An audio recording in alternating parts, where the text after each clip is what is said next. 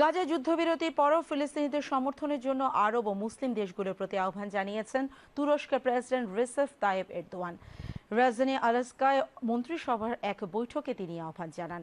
গতকাল এক প্রতিবেদনে ডেইলি সাবাহ জানিয়েছে, রাজধানী আঙ্কারায় মন্ত্রিসভার এক বৈঠকে এরদোগান আরব ও মুসলিম বিশ্বের প্রতি সংহতি ও মানবিক সহায়তার মাধ্যমে গাজার জনগণকে সমর্থন জানানোর আহ্বান জানিয়েছেন।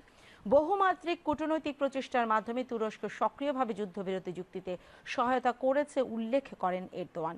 পাশাপাশি বিশাল চ্যালেঞ্জ সত্ত্বেও ভূমি রক্ষায় ফিলিস্তিনি জনগণের স্থিতিস্থাপকতার জন্য তাদের প্রশংসা করেছেন তিনি।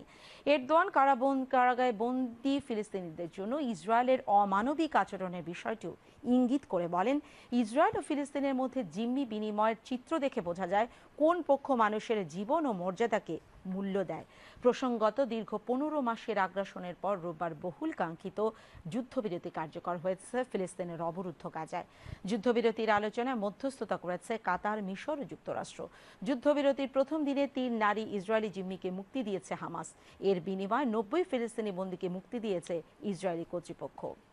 2023 সালের 7 অক্টোবর থেকে গাজায় ইসরায়েলের হামলায় 46,000-এর বেশি ফিলিস্তিনি নিহত হয়েছেন আর আহত হয়েছেন 1,10,000-এর বেশি মানুষ।